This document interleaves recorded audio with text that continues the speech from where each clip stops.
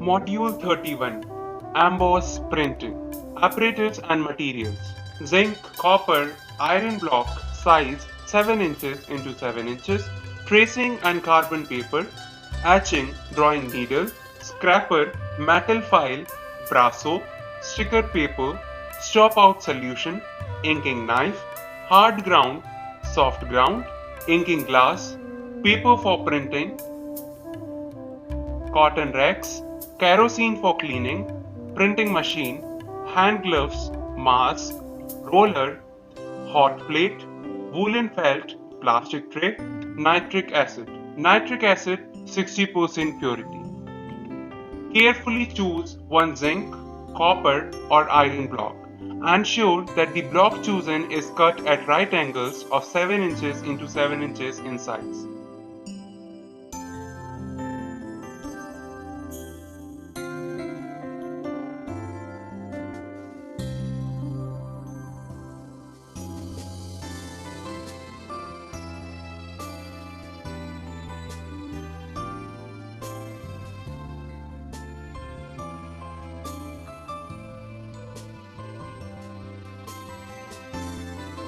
Prepare several sketches to refine the design and select one for printing. Draw or trace the design or sketch on the block. This sketch can be further improved at the time of the final drawing on the block. History and Introduction.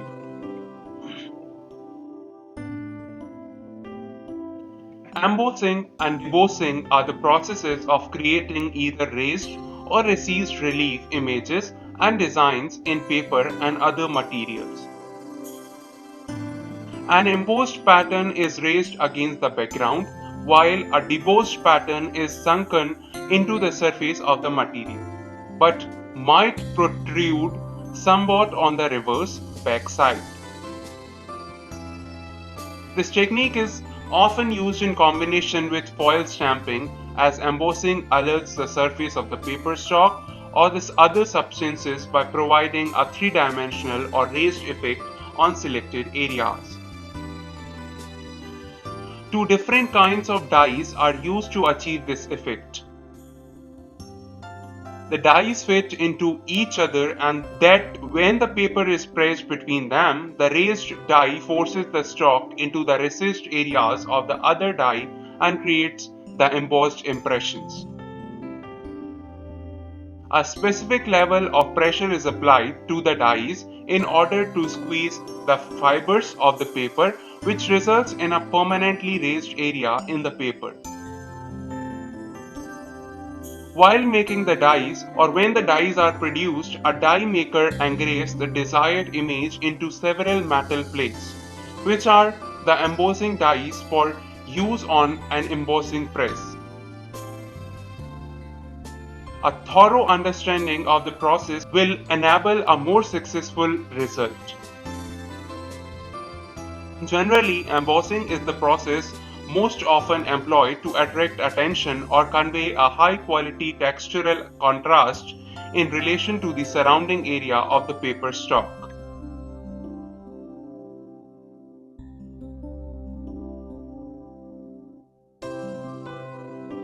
The design to be printed has to be of the same dimension as the size of the block, that is 7 inches into 7 inches.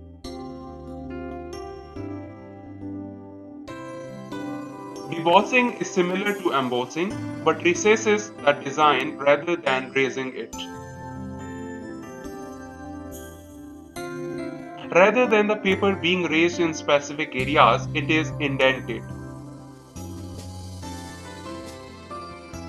The process involves applying pressure to the front side of the substrate and forcing the material down from the surface.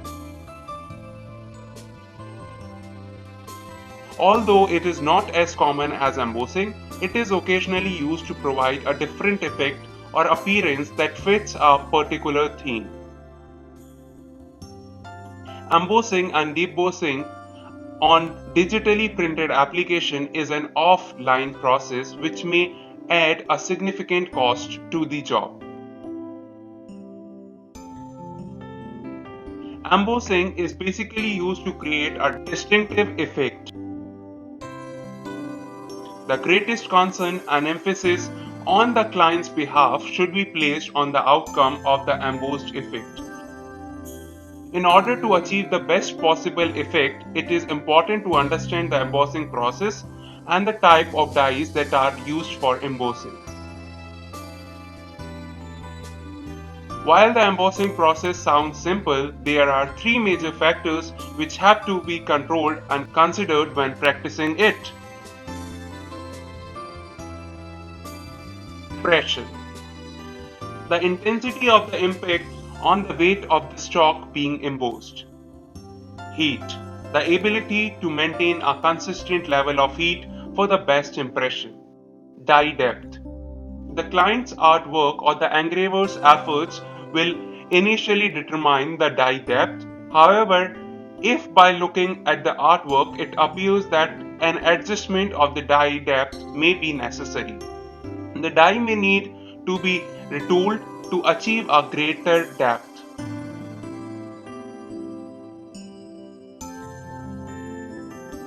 Most types of paper can be embossed, and size is not normally a consideration.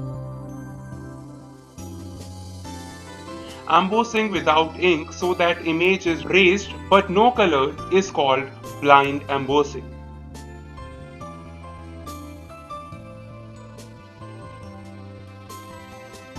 Embossing used in conjunction with ink so that the raised area is colored is called color register embossing.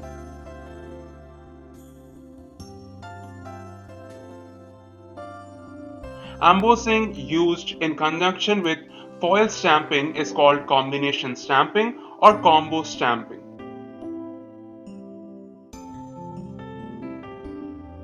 Embossing involves a separate stage in the production process after any varnishing and laminating.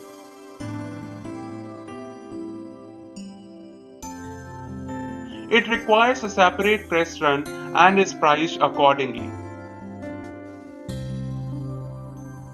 In addition to being used as a design element, embossing can be used to improve the performance of paper products like napkins, diapers, and tissue papers.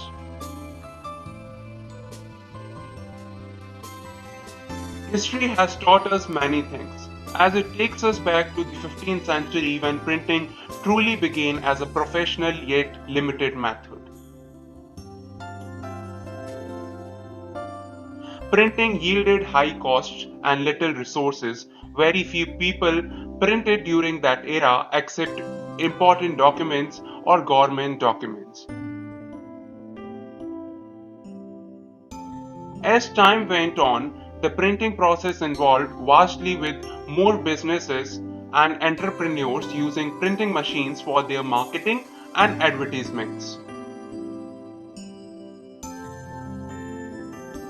Shortly after printing developed worldwide, hot stamping plates were created to process personalized stationery including embossing, engraving, foil stamping, and blind stamping.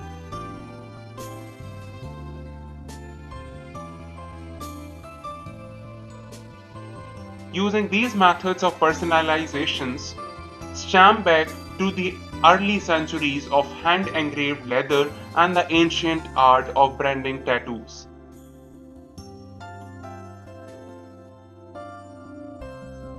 These techniques applied heated ink to be pressed onto an object, skin, metal, or leather.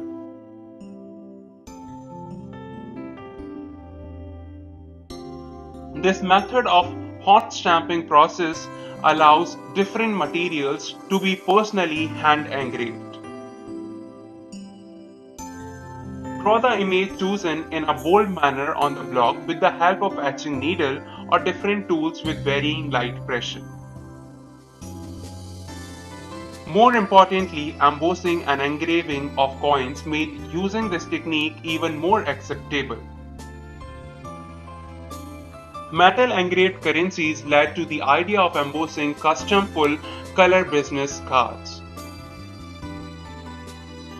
Coin currencies are ideally engraved with a symbolic image of an individual, while in retrospect, embossed business cards creates an appealing characteristic to customers.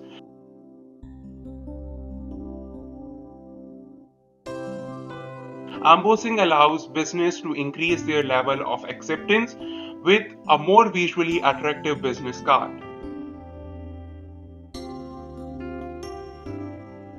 The art of embossing truly materialized in the early 19th century when printing services became more affordable and achievable to the average citizens.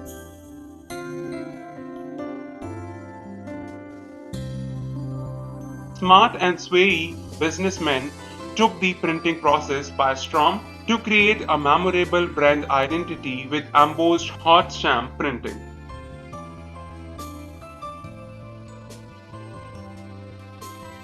Embossing aids in creating a unique and individualized texturized 3D effect of any design, decoration on surfaces such as cardstock, metal, and paper.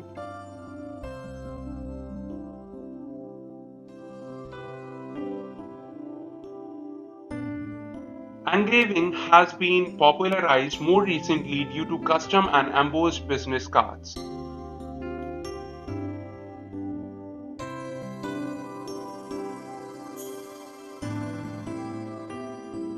With such an elegant way to create a personalized stationery, anything one can customize with embossing turns to gold with.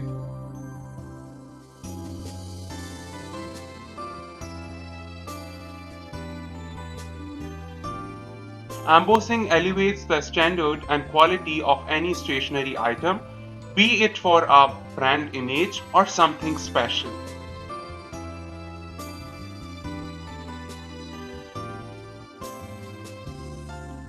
Embossing also is used for producing raised pattern on the surface of metal, leather, textiles, and other similar substances.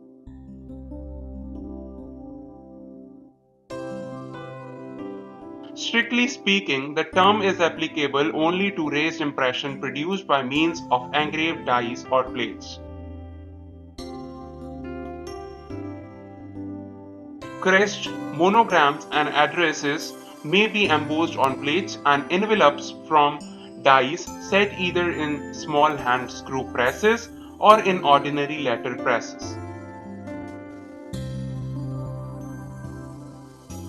Blocked ornaments on book covers or imitation tooling on leatherwork can be effected by means of powerful embossing presses.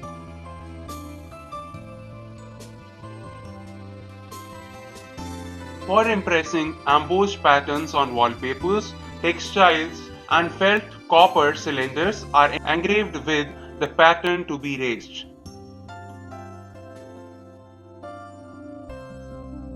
The cylinders press against rollers with yielding surfaces or with elevations and depressions corresponding in reverse to those on the cylinders. In regular printing or an engraving, plates are pressed against the surface to leave an imprint. In embossing, however, the pressing raises the surface, adding a new dimension to the object. Embossing is an elegant process that changes the nature of the material that has been embossed. More often than not, it elevates the standard and quality of the product. A notary's embossed seal can give much weight to a regular piece of paper. Similarly, an embossed wedding card immediately changes the entire meaning conveyed by the invitation. Poor quality embossing can completely kill the appeal of an object. However, good quality embossing can make an object positively breathtaking. There are also many different kinds of embossing that can be done, like blind embossing, tint embossing, and glazing to achieve different results. The process of embossing is relatively inexpensive and has many issues. Embossing is used for aesthetic purposes as well as functional uses in industries. From embossing names on credit cards or embossed braille books for the blind, embossing has a wide range of applications and uses. Blind embossing is like a piece of fine sculpture. Blind embossing creates both visual and tactile appeal. It is especially effective when a subtly elegant three-dimensional image is desired. An embossed image is formed using male and female molds. Under extreme pressure, these two mold the paper to their shape, creating a multi-dimensional impression. When embossed, the image is raised. When debossed, the image is below the paper surface. Embossing dies come in several different styles, each with its own unique appearance. A flat die creates a three-dimensional image that is raised above the paper surface. Since its edges are straight, it produces the most accurate reproduction of black and white line art. A round die creates a curved image curving out from the paper surface. Beveled embossing gives an image with sloping sides and allows a deeper impression. Sculpted dies create real dimension by forming the paper to several layers.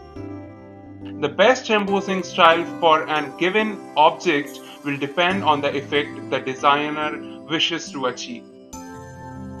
Important consideration in blind embossing projects include the size, boldness and intricacy of the design, as well as the bulk of paper stock to be used.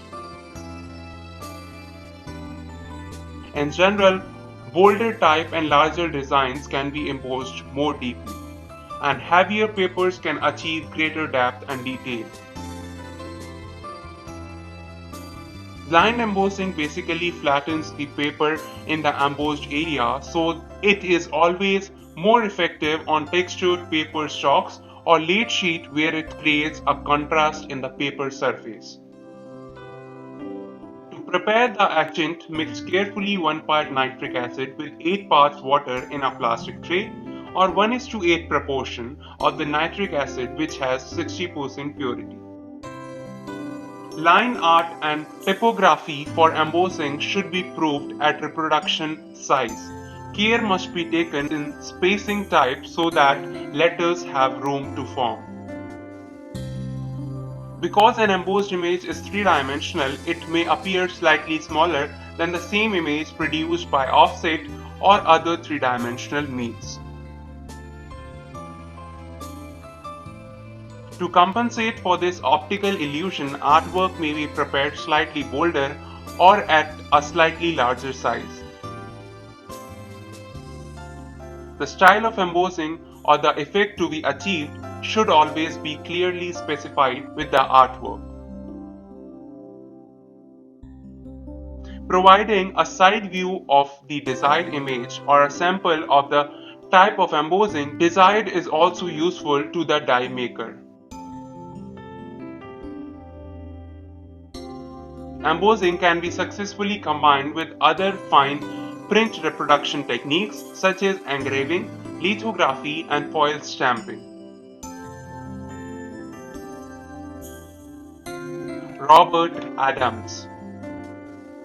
Robert Adams was born in New Jersey in 1937 and moved to Colorado as a teenager. Adams was a professor of English literature for several years before turning his full attention to photography in the mid-1970s. His work is largely concerned with moments of regional transition, the suburbanization of Denver, a changing Los Angeles of the 1970s and 1980s, and the clear cutting in Oregon in the 1990s. His many books, well known of those concerned with the American landscape, include The New West, from the Missouri West summer nights, Los Angeles spring, to make it home, listening to the river, west from the Columbia, what we bought, notes for friends, California summer nights, walking gone, what can we believe where, and the place we live. The block is now to be etched using a nitric acid solution. This is the etchant solution. The back side of the block to be etched is first covered with an acid-resistant coat, either of black Japan or plastic sticker. Adams has also written a number of critical essays on the art of photography, including beauty in photography, why people photograph, and most recently, along some rivers. Now gently, carefully lower the ash block into the tray of the etchant acid. The general proportion timing is for 60 minutes for the deepest etched lines. We have to etch the block to the maximum possible point. Among many awards, Adams has received the Guggenheim and MacArthur Foundation fellowships, and in 2006 the Deutsche Börse Prize. In 2009, he was awarded the Hasselblad Foundation International Award in Photography, and in 2014 was elected to the American Academy of Arts and Letters. In the fall of 2010, Yale University Art Gallery organized an ambitious touring retrospective. This international multi-venue retrospective highlighted Adams' 4 decades of work. The retrospective began in Vancouver, British Columbia, and traveled to the Denver Art Museum, the Los Angeles Museum of Art, Museo Nacional Centro de Arte Reina Sofia in Madrid, the National Media Museum in the United Kingdom, and the Jeu de Paume, Paris. Adams was one of the most prominent post-war British abstract artists alongside Victor Passmore, Kenneth and Mary Martin, Adrian Heath, Roger Hilton, Terry Frost, Anthony Hill, and William Scott. There is a possibility of air bubbles forming during the etching process, hence it is imperative one removes them using a feather or other such implement at the time the block is being etched.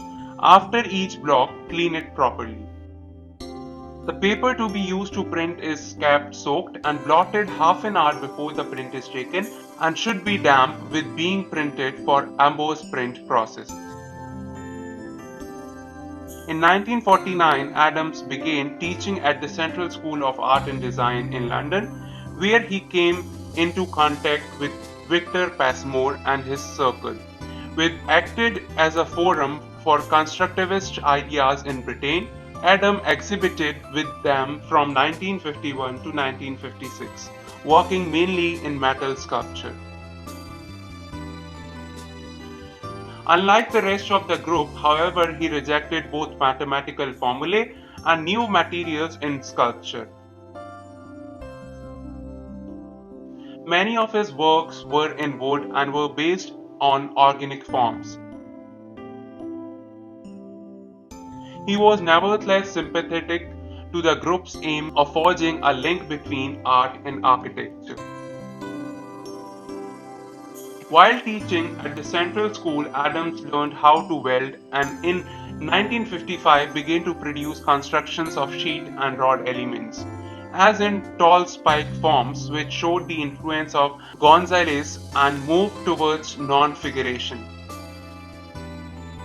His work of the 1960s often used welded steel sheets, sometimes perforated, as in large screen form.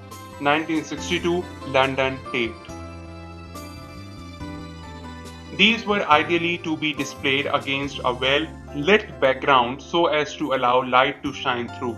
One can clearly trace the influence of such work on this screen print. Though he never lived in Cornwall, he visited and enjoyed good relations with many of the contemporary St. Ives artists, sharing with many of them a provisional approach to constructivism. He contributed to the Panwith portfolio of 1973 to raise funds for the Panwith Galleries. Health and safety precautions. 1. Do not eat or drink close to work area to prevent accidental ingestion. Second, familiarize yourself with substances that are hazardous. 3. Clean hands thoroughly after working using baby oil, soap and water or a non-toxic hand cleaner. 4. Keep work area clean and organized. 5. Ask your doctor if you are taking medication or are pregnant about what precautions you should be taking. 6. Identify location of fire extinguishers, first aid box and eye wash stations. Ask your professor if need be. 7. Notify your professor about any health condition or medication that may affect you in the classroom. 8. Store concentrated nitric acid and potassium chloride separately from other chemicals. Whenever possible, use diluted acid. 9. Acid etching should be done with local exhaust ventilation. 10. An important safety rule when diluting concentrated acid is to add the acid to the water, never the reverse. Wear appropriate gloves, goggles, and protective aprons or lab coat when handling acids. 12. If acid is spilled on your skin, wash with lots of water. In case of eye contact, rinse the eyes with water for at least 15 to 20 minutes and seek medical attention. Cover acid baths when not in use. 13.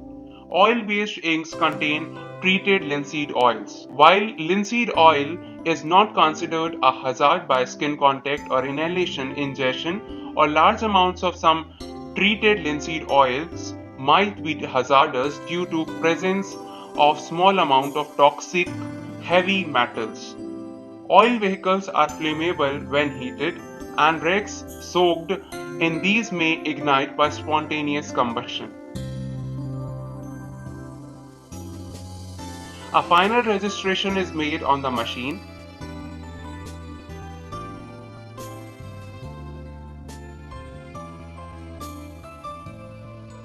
Take the final print on the ready damp paper.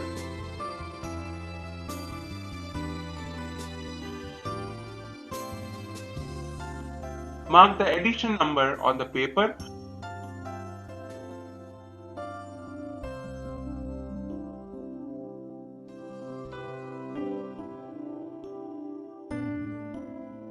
Write all the details like date and signature on the print.